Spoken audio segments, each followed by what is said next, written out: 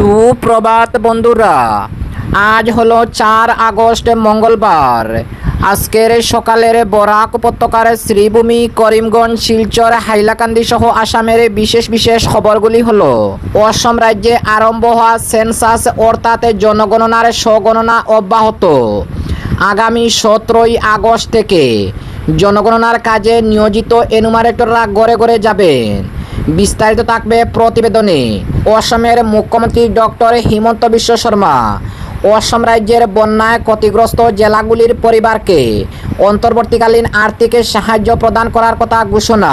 বন্যায় মৃত প্রশোধনের জন্য রাজ্য সরকার আর্থিক সাহায্য ঘোষণা। আপার আসামের বন্যায় ক্ষতিগ্রস্ত মানুষের সহায়তার উদ্যোগে গতকাল জমিয়ত উলামা হিন্দের আয়োজিত কর্মসূচিতে বদরুদ্দিন আজমলের উপস্থিতিতে বাঙ্গা বাজার ও আসিমগঞ্জ বাজারে বন্যা দুর্গতদের জন্য অর্থ সংগ্রহ। বিস্তারিত থাকবে প্রতিবেদনে। মন্ত্রী কৃষ্ণেন্দু পালের হাত ধরে শ্রীভূমি, করিমগঞ্জ জেলায় নতুন রূপে প্রশান্তি লজের উদ্বোধন এবং পুলিশের আবারও বিরাট সাফল্য। যৌথ অভিযানে 28 কোটি টাকার মাদক সহ আটক 3। তাহলে বিস্তারিত খবরে যাওয়ার আগে অবশ্যই ভিডিওটিতে একটি লাইক দিয়ে চ্যানেলটি সাবস্ক্রাইব করে পাশের বেল আইকনটি বাজিয়ে রাখবেন এবং ফেসবুক পেজে দেখে থাকলে পেজটি ফলো করে ভিডিওটি শেয়ার করবেন যাতে সঠিক খবরগুলি সবার কাছে পৌঁছাতে পারি। এবার শুনুন আজকের খবরের বিস্তারিত। প্রথম খবর, অসম রাজ্যে আরম্ভ হওয়া সেন্সাস 2027 অর্থাৎ জনগণনার স্বগণনা অব্যাহত। আগামী 17 আগস্ট থেকে জনগণনার কাজে নিয়োজিত এনুমারেটররা ঘরে ঘরে যাবে।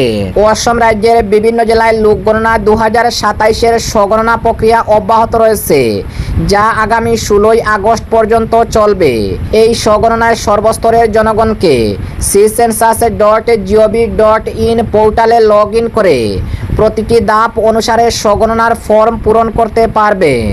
এদিকে জেলা প্রশাসন থেকে স্বগণনার কোনো ব্যক্তি অসুবিধার সম্মুখীন হলে তাকে সহায়তা করার জন্য জেলার প্রতিটি রাজস্ব চক্র, পৌরসভা ও জেলায়ুক্তের কার্যালয়ে কারিগরি সহায়কে নিয়োগ করে তাদের নাম ও মোবাইল নম্বরে জেলা প্রশাসন থেকে জানিয়ে দেওয়া হয়েছে। উল্লেখ্য, আগামী 17 আগস্ট থেকে জনগণনার কাজে নিয়োজিত এনুমারেটররা ঘরে ঘরে গিয়ে স্বগণনার তথ্য সংগ্রহ করে মিলিয়ে নেবেন এবং প্রথম পর্যায়ের হাউস লিস্টিংয়ের কাজ সম্পন্ন হবে। অপরদিকে অসমের মুখ্যমন্ত্রী ডক্টর হিমন্ত বিশ্ব শর্মা অসম রাজ্যের বন্যায় ক্ষতিগ্রস্ত জেলাগুলির পরিবারকে অন্তর্বর্তীকালীন আর্থিক সাহায্য প্রদান করার কথা ঘোষণা। অসমের মুখ্যমন্ত্রী ডক্টর হিমন্ত বিশ্ব শর্মা গতকাল শিবসাগর, চড়াইদেও, যোরহাট, গোলাঘাট জেলার বন্যায় ক্ষতিগ্রস্ত 75,000 পরিবারকে অন্তর্বর্তীকালীন বন্যা সাহায্য হিসাবে 15,000 টাকা করে প্রথম কিস্তির অর্থ প্রদান করেন। আগামী 10 আগস্ট থেকে এই পরিবারগুলিকে 10,000 টাকা করে দ্বিতীয় কিস্তির অর্থ প্রদান করা হবে। রাজ্য সরকার আগামী 9 আগস্ট থেকে বন্যায় ক্ষতিগ্রস্ত সম্পূর্ণ জরিপ করবে। জরিপ সম্পূর্ণ হওয়ার পর পুনর্বাসনের জন্য পরবর্তী আর্থিক সহায়তা প্রদান করা হবে। মুখ্যমন্ত্রী প্রথমে নাজিরার বিহুপুর, নেপালিকুটি অঞ্চলের বন্যায় ক্ষতিগ্রস্ত অঞ্চল পরিদর্শন করার পর সুন্দরপুকুরি, রজাপুল, দৌড়াগাঁও ইত্যাদি অঞ্চল পরিদর্শন করেন। এরপর তিনি চড়াইদেও জেলার সুমনিগাঁওয়ে বন্যায় নিহত লোকদের পরিবারের হাতে সরকারি অর্থ সাহায্যের চেক তুলে দেন। মুখ্যমন্ত্রী ভয়াবহ বন্যা পরিস্থিতিতে যারা দুর্গতদের সহায়তা করেছে তাদের প্রতি ধন্যবাদ জ্ঞাপন করেন।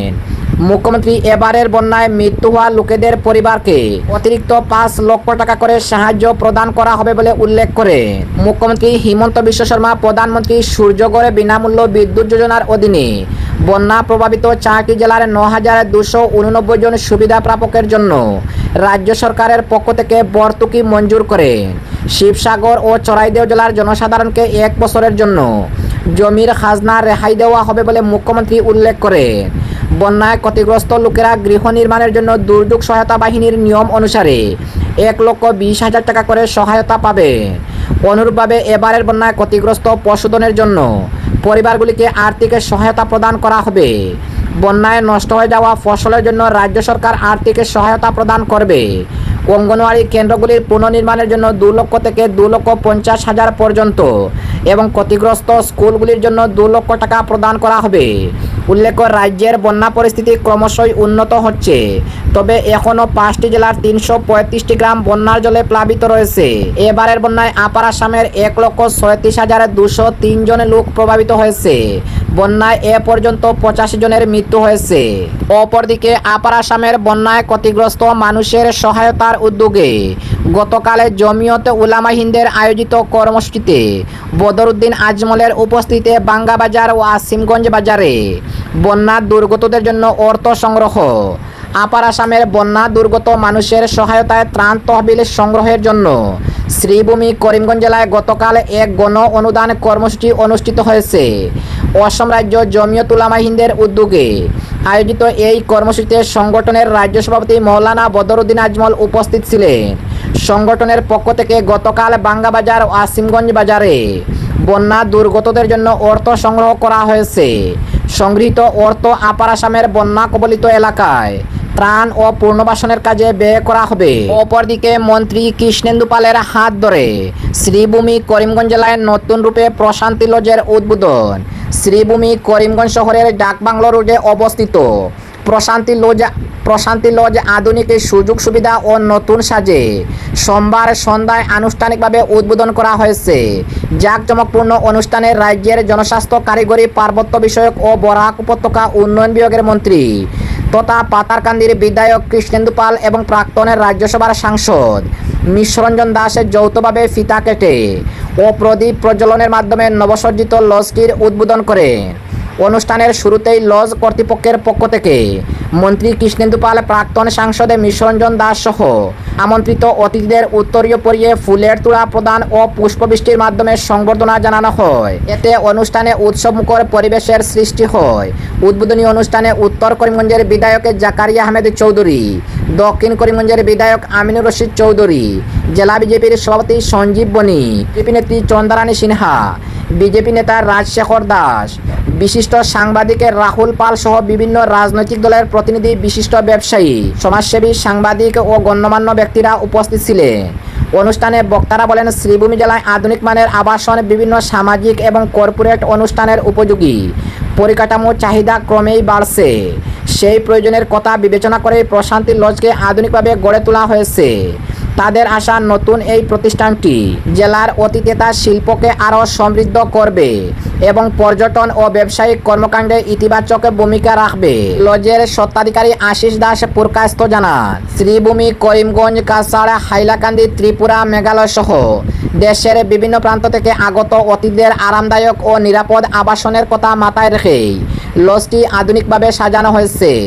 প্রতিটি কক্ষ শীতাতপে নিয়ন্ত্রিত এবং উন্নত সুযোগ সুবিধা সম্পন্ন, সাশ্রয়ী মূল্যে মানসম্মত পরিষেবা দেওয়াই তাদের মূল লক্ষ্য।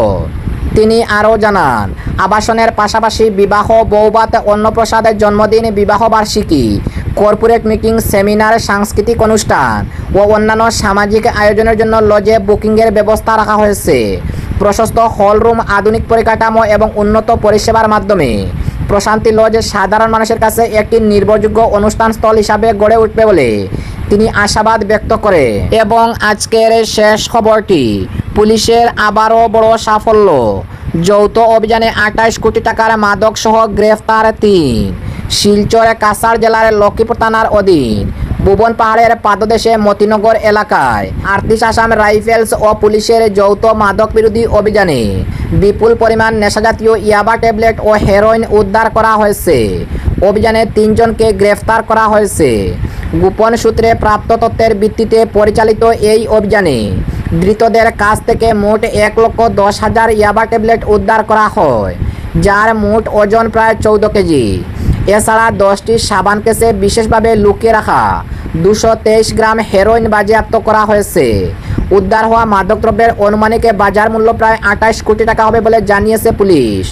পুলিশ সূত্রে জানা গেছে, উদ্ধারকৃত মাদকদ্রব্যের নমুনা পরীক্ষা করে ইয়াবা ও হেরোইনের উপস্থিতি নিশ্চিত করা হয়েছে। গ্রেফতার হওয়া ব্যক্তিরা হলেন মায়াজুল হক, টেলমন এবং নূর হোসেন।